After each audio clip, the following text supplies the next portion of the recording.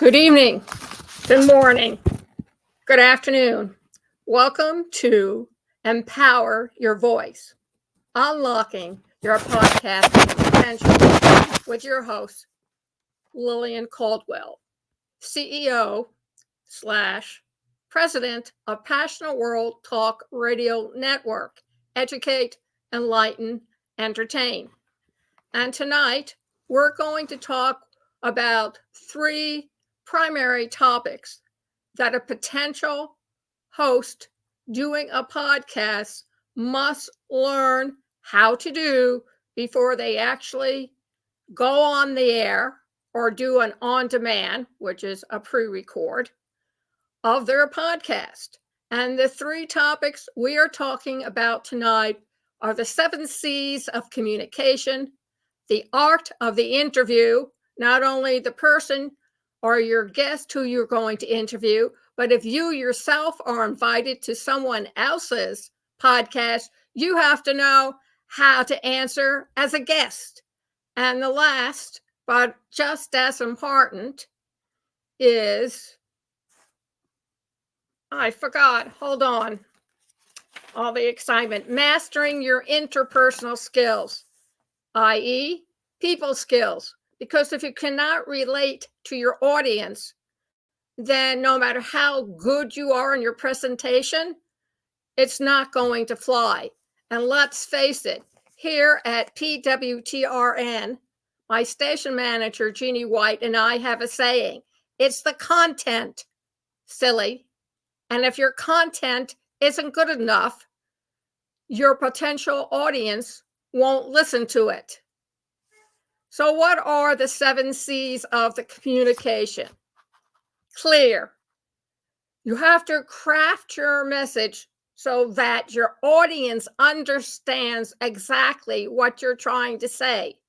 When you do an oral presentation, what they call audio, or even with a video, you need to make sure your audience understands the first time around what you're saying.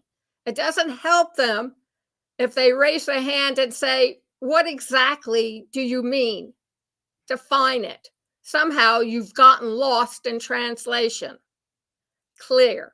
The second one is concise. You have to get to the heart of your content immediately. No more, let me take you around the block. I'm getting my wind up. I'm getting warmed up. You know those blue books we used to use in college? And the professor would write back on the back, please get rid of all those empty words that don't mean anything, but they sure take up a lot of room in these blue booklets. Well, the same thing applies when you're doing an audio or a video.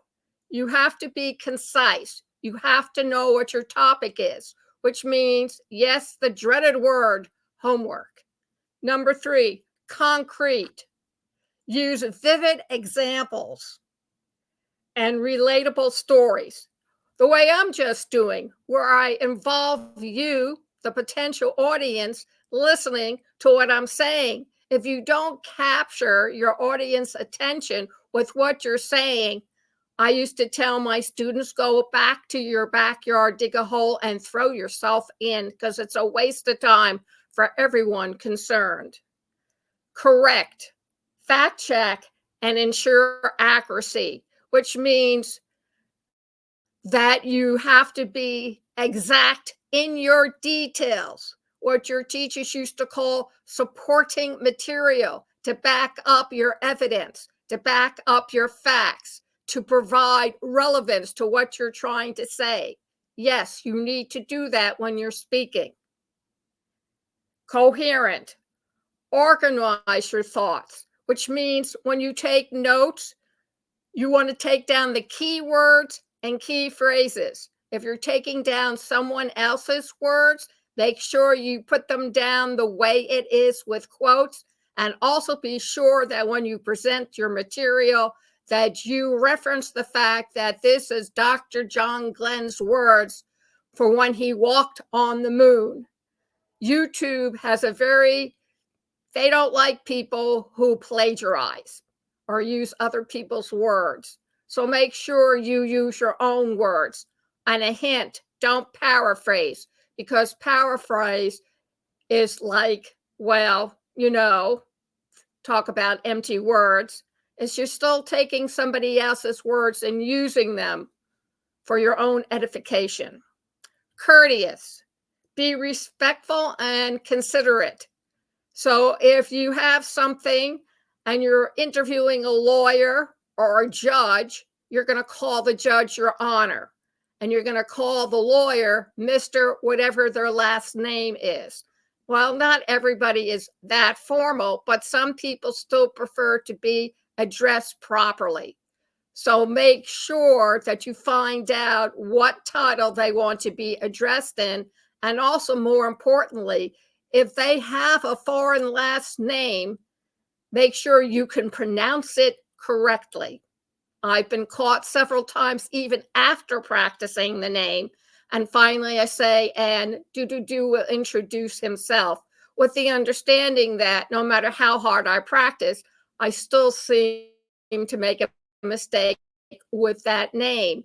And the same goes with other vocabulary words that you may not understand or know how to pronounce. So make sure you learn how to use them and use them in their courteous fashion.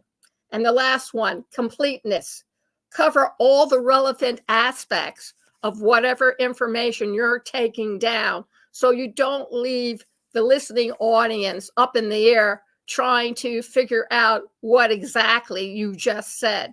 It's important because when people ask for a transcript of your program or of your podcast, they want to see that you do know how to read and write and spell and use the correct grammar, and make sure you understand the material that you just did your research on, in order so that you can convey your thoughts, your opinions, any advice, or what they're learning from you. Very important. Now on to the art of the interview.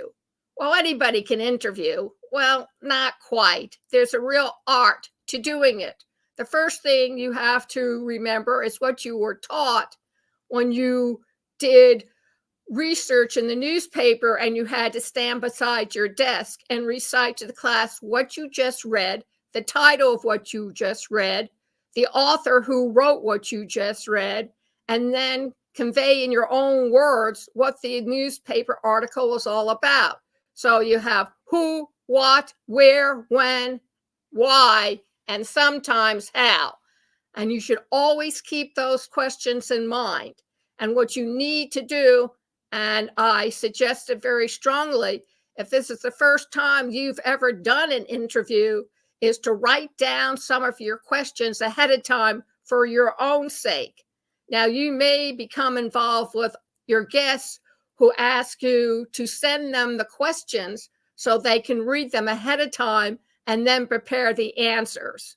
Or sometimes, if a PR person doesn't think you're up to snuff, they will send you a list of questions for you to ask. But in any event, make sure you cover the 5 W's along with how, because it will cover all the material. Now, if you're a guest and you're invited onto somebody else's podcast, what do you need to do? The first thing is, if you've written a book, please read it before you go on the air. Mark down sections that you feel are relevant or important for your audience to hear about.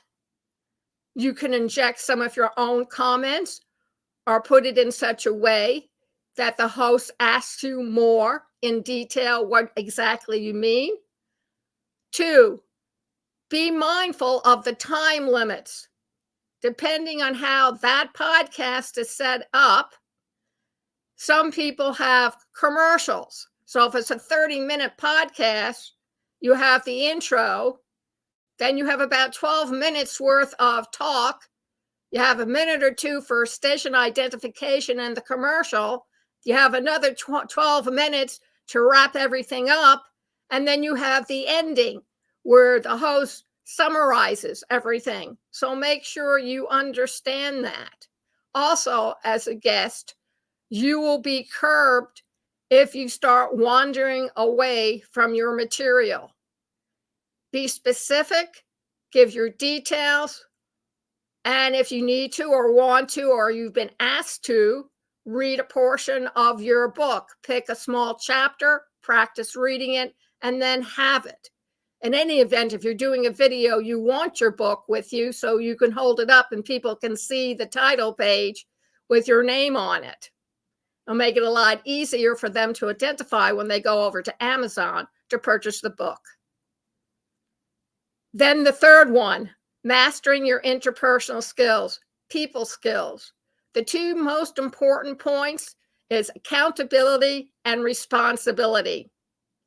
When you are trying to convey your content, your message to the audience, make sure you let them know where you've gotten some of your material from, especially if you're using direct quotes or you're using statistics. You will be surprised at some of the questions your audience will ask you, whether they text you it or they put it in the email, or if it's a live program, they put it in the comment section. Where did you get your stats from? What year? And you better be prepared to supply this information. The other thing is, sometimes the host will turn around and say to the audience, does anyone have a question? What we call interaction from the audience.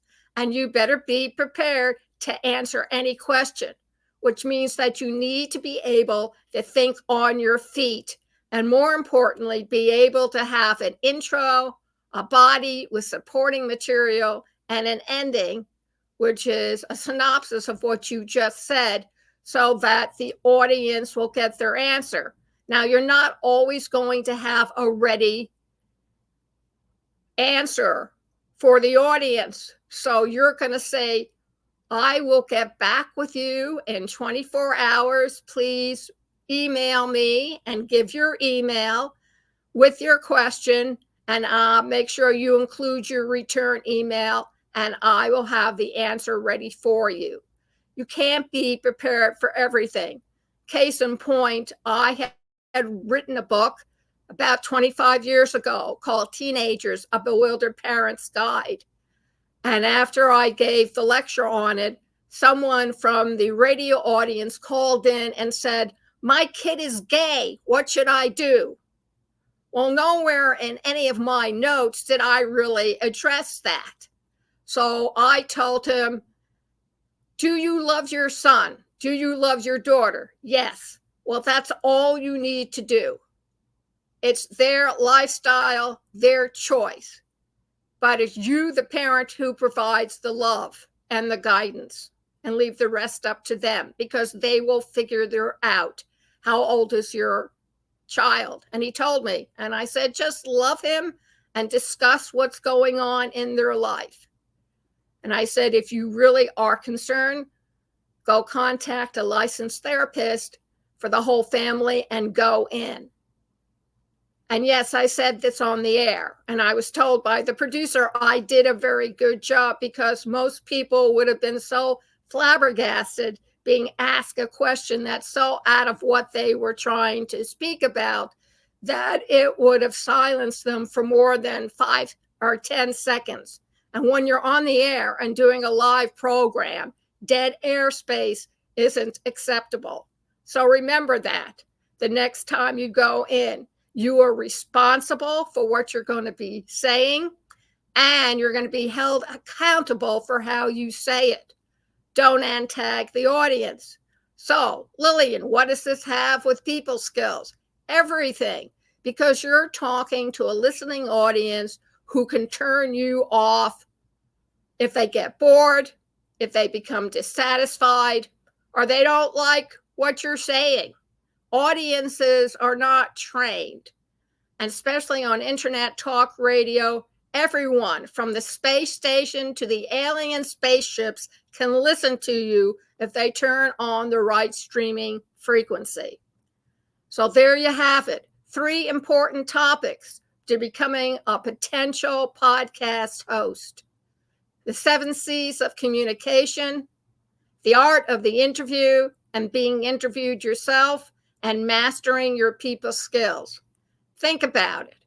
And if you're interested, please go over to https://education.passionateworldtalkradio.com/masterclass, and you will find more information telling you where you can pick up potential transcripts and also training for learning how to podcast from A to Z. And in the training itself, you interact with the trainer, which is I, Lillian S. Caldwell. Thank you very much for joining me tonight. When you have questions, you can text me at 484-364-1032 or send me an email, pwrnetworkllc@gmail.com. Thank you very much and have a good day.